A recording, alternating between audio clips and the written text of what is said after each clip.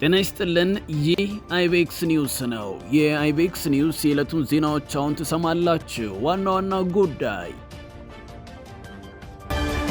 የድምፃዊ አንዱዓለም ጎሳ እጮኛ ቀነኒ አዱኛ ሞት መነጋገሪያነቱን ቀጥሏል።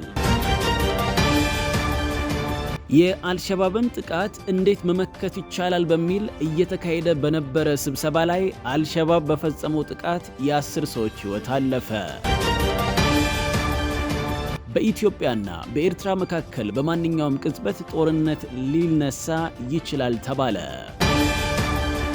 ከጥር ወር ጀምሮ ከአንድ እስር ቤት ከ4000 በላይ እስረኞች አምልጠዋል። እንዲሁም በ5 የኢትዮጵያ ንግድ ባንኮች ውስጥ የሚኖረውን የውጭ ምንዛሬ ተመን ዋጋም እንነግራችኋለን። አብራችሁን ሆኖ የድምፃዊ አንዱዓለም ጎሳ እጮኛ ቀነኒ አዱኛ ሞት መነጋገሪያነቱን ቀጥሏል። የእጮኛዋ ሞትን በተመለከተ ከመሞቱ አንድ ቀን በፊት የት ነበረች? የድምፃዊ ማናጀርም ስለ ልጅቱ ህልፈትና ትላንትና ስለነበረው ሁኔታ መግለጫ ሰጥተዋል። ልጅቱ ከመሞቷ አንድ ቀን በፊት የት ነበረች? ልጅቱ ከመሞቷ አንድ ቀን በፊት ለልደቷ ፎቶ ስትነሳ እንደነበረ በወቅቱ ፎቶ ያነሳት የነበረው የዌንዴክስ ስቱዲዮ ባለቤት ወንደሰን ጋሻው ተናግሯል። ፎቶግራፈሩም በማህበራዊ ትስስር ገጹ በፎቶግራፍ ስራዎቼ ካፈሯቸው ወዳጆቼ መካከል የቀኝ እጄ ምላት እህቴ ቀነኒ አዱኛ መካሪዬ፣ ጓደኛዬ፣ የክፉ ቀን ወዳጄ ነበረች። ትላንትና መጋቢት 1 2017 ዓ.ም ከቀኑ 10 ሰዓት ጀምሮ የልደት ፎቶ ይሳነሳት ነበር። ማታ 1 ሰዓት በሰላም ተለያይተን ዛሬ ጠዋት መጋቢት 2 ቀን 2017 ዓ.ም ማረፏን አረዱኝ ብሏል። በተጨማሪም ትላንትና ማታ መጋቢት 1 ቀን 2017 ዓ.ም ቀነኒ አዱኛ ከእጮኛዋ ድምፃዊ አንዱዓለም ጎሳ ጋር በመዝናኛ ስፍራ አብረው እንዳሳለፉም የተለያዩ መረጃዎች ያሳያሉ። የድምፃዊ አንዱዓለም ጎሳ ማናጀር የሆነው ሌሊሳ እንድሪስ የተፈጠረውን ለቢቢሲ አፋን ኦሮሞ ተናግሯል። ንጋት 11 ሰዓት ስልክ ተደውሎ ቀነኒ ተጎድታ ሆስፒታል ገብታለች ቶሎ ድረስ እንደተባለ የሚናገረው ሌሊሳ እሱ ሩቅ በመሆኑ በሰዓቱ መድረስ እንዳልቻለ ይናገራል።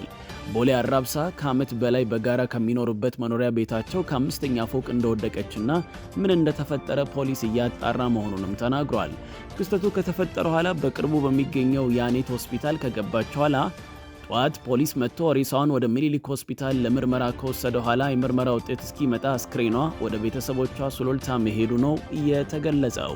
ድምፃዊ አንዱዓለም ጎሳ ለጥያቄ ትፈለጋለህ ተብሎ ከሆስፒታል ወደ ፖሊስ ጣቢያ ተወስዶ እዛ የሚገኝ ሲሆን እኛ የምናውቀው እስካሁን አለመታሰሩን ነው፣ ምርመራ እናድርግ ብሎ ነው ፖሊስ የወሰደው ሲል ማናጀሩ ይናገራል። ለ2 ዓመታት በፍቅር ከቆዩ ኋላ በቅርቡ ጋብቻቸውን ለመፈጸም እየተዘጋጁ እንደሆነም አውቃለሁ ሲል ሌሊሳ ይናገራል። ፖሊስስ ምን አለ?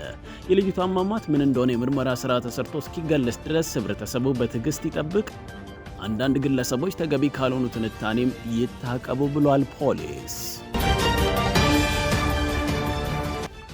የአልሸባብን ጥቃት እንዴት መመከት ይቻላል በሚል እየተካሄደ በነበረ ስብሰባ ላይ አልሸባብ በፈጸመው ጥቃት የ10 ሰዎች ሕይወት አለፈ። የአልሸባብ ታጣቂዎች በማዕከላዊ ሶማሌ በሚገኘው አንድ ሆቴል ላይ ከበባ በማድረግ ጥቃት ማድረሳቸውን ተከትሎ የ10 ሰዎች ሕይወት ማለፉን ነው የተገለጸው። እንደ ሮይተርስ ዘገባ ጥቃቱ ከተፈጸመ ከሰዓታት በኋላ የመንግስት ኃይሎች በቦታው ደርሰው ከታጣቂዎች ጋር ተኩስ መክፈታቸውን የዓይን እማኞች ገልጸዋል። አልሸባብ ለደረሰው ጥቃት ኃላፊነቱን ወስዶ ከ10 በላይ ሰዎች መገደሉን አስታውቋል። ጥቃቱ በደረሰበት ሆቴል የአልሸባብን ጥቃት እንዴት መመከት ይቻላል በሚል ስብሰባ ሲካሄድ ነበረም ተብሏል። በኢትዮጵያና ኤርትራ መካከል በማንኛውም ቅጽበት ጦርነት ሊነሳ ይችላል ሲሉ ጀነራል ጻድቃን ገብረትንሳኤ ያስጠነቀቁ። የትግራይ ክልል ጊዜያዊ አስተዳደር ፕሬዝዳንት አቶ ጌታቸው ረዳም በኢትዮጵያና ኤርትራ መካከል በግልጽ የሚታይ መቃቃር አለ፣ የኔ ስጋት ይህ ከቃላት አልፎ ወደ ጦርነት እንዳያድግ ነው ብለዋል። ጦርነቱ ለቀጠናውም ዳፋ እንደሚሆን ጀነራል ጻድቃን በእንግሊዝኛ ባስነበቡ ጽሑፍ አስታውቀዋል። በሁለቱ ሀገራት መካከል የሚደረግ ጦርነትም በሁለቱም ወገኖች እንደሚባለው አጭርና ወሳኝ እንደማይሆን የገለጹት ጀነራል ጻድቃን ለቀጠናው አውዳሚ እንደሚሆን ጠቅሰዋል። ጦርነቱ ሲያከትም አሁን የምናውቀው የሀገራቱ ጂኦግራፊ ይለወጣል፣ በአፍሪካ ቀንድና ከቀይ ባህር አሻግሮም ጉልህ የፖለቲካ አሰላለፍ ለውጥ ያስከትላልም ብለዋል። በትግራይ ጊዜያዊ አስተዳደር ውስጥ በምክትል ፕሬዝዳንት ማዕረግ ያልተማከለ አስተዳደርና ዲሞክራታይዜሽን ካቢኔ ሴክሬታሪያት ኃላፊ ሌተናንት ጀነራል ጻድቃን ገብረትንሳኤ በኢትዮጵያና በኤርትራ መካከል የሚቀሰቀሰው ጦርነት የሱዳንና የቀይ ባህር ደህንነት ላይ በቀጥታ ተጽዕኖ ያሳድራልም ብለዋል።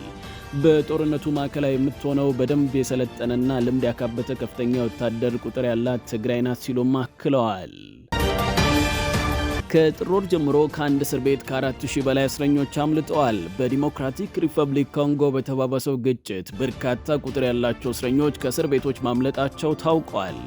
በሩዋንዳ የሚደገፉት የኤም23 አማጽያን ባለፉት 2 ወራት በምስራቃዊ አገሪቷ ክፍል 2 ትልልቅ ከተሞች መቆጣጠራቸውን ተከትሎ የጅምላ እስር ቤት ማምለጥ መበራከት በህዝቡ ላይ ሽብር ፈጥሯል። አማጽያኑ በከተሞች የሚያደርጉት እንቅስቃሴ እየተስፋፋ መምጣቱን ተከትሎ ከጥር ወር ጀምሮ ከ4 እስር ቤቶች በሺዎች የሚቆጠሩ እስረኞች አምልጠዋል። የማረቢያ ቤት ጠባቂዎች ታሳሪዎች እንዳያመልጡ ለቀናት ጥበቃ ሲያደርጉ የቆዩ ቢሆንም በአማጽያኑ በተከፈተባቸው ጥቃት እስር ቤቶችን ጥለው እንደሸሹ ነው የተነገረው። ጥር 27 ምሽት የኤም23 ታጣቂዎች የሰሜን ኪቩ ግዛት ዋና ከተማ ወደሆነችው ጉማ ከተማ ሲገባ ከ4000 በላይ እስረኞች ከጉማ ሙነንዜንዝ እስር ቤት አምልጠዋል። በስፍራ የሚንቀሳቀሱ የጸጥታና የደህንነት ተንታኞች ታሳሪዎች ለእስር ባበቋቸው ግለሰቦች፣ ከሳሾች እንዲሁ የፍትህና የጸጥታ አካላት ላይ የቂም በቀል እርምጃ እየወሰዱ እንደሚገኙም ጠቁመዋል። ክቡራትና ክቡራን ዛሬ በ5 የኢትዮጵያ ንግድ ባንኮች ውስጥ የሚኖረውን የውጭ ምንዛሬ ተመን ዋጋ እንንገራችሁ። ከኢትዮጵያ ንግድ ባንክ እንጀምራለን። በኢትዮጵያ ንግድ ባንክ 1 አሜሪካን ዶላር በ124 ብር ከ0086 ሳንቲም ይገዛል። በ126 ብር 488 ሳንቲም ይሸጣል። ፓውንድ በ152 ብር 3866 ሳንቲም ይገዛል። በ158 ብር 3892 ሳንቲም ይሸጣል። ዩሮ በ128 ብር 3365 ሳንቲም ይገዛል። በ130 ብር 9032 ሳንቲም ይሸጣል። አቢሲኒያ ባንክ በአቢሲኒያ ባንክ 1 አሜሪካን ዶላር በ128 ብር ከ009 ሳንቲም ይገዛል። በ130 ብር 5609 ሳንቲም ይሸጣል። ፓውንድ በ156 ብር 3609 ሳንቲም ይገዛል። በ159 ብር 4881 ሳንቲም ይሸጣል። ዩሮ በ136 ብር 1868 ሳንቲም ይገዛል። በ138 ብር 9105 ሳንቲም ይሸጣል። ዳሽን ባንክ በዳሽን ባንክ 1 አሜሪካን ዶላር በ128 ብር 1011 ሳንቲም ይገዛል። በ130 ብር 6631 ሳንቲም ይሸጣል። ፓውንድ በ157 ብር 4839 ሳንቲም ይገዛል። በ160 ብር 6336 ሳንቲም ይሸጣል። ዩሮ በ137 ብር 0682 ሳንቲም ይገዛል። በ139 ብር 8095 ሳንቲም ይሸጣል። ኦሮሚያ ባንክ በኦሮሚያ ባንክ 1 አሜሪካን ዶላር በ128 ብር 0994 ሳንቲም ይገዛል። በ130 ብር 6614 ሳንቲም ይሸጣል። ፓውንድ በ162 ብር 3019 ሳንቲም ይገዛል። በ165 ብር 5480 ሳንቲም ይሸጣል። ዩሮ በ134 ብር 4788 ሳንቲም ይገዛል። በ137 ብር 1683 ሳንቲም ይሸጣል። አማራ ባንክ በአማራ ባንክ 1 አሜሪካን ዶላር በ128 ብር 3500 ሳንቲም ይገዛል። በ130 ብር 9170 ሳንቲም ይሸጣል። ፓውንድ በ162 ብር 4013 ሳንቲም ይገዛል። በ165 ብር 6493 ሳንቲም ይሸጣል። ዩሮ በ134 ብር 1386 ሳንቲም ይገዛል። በ136 ብር 8214 ሳንቲም ይሸጣል። መልካም ግብይት።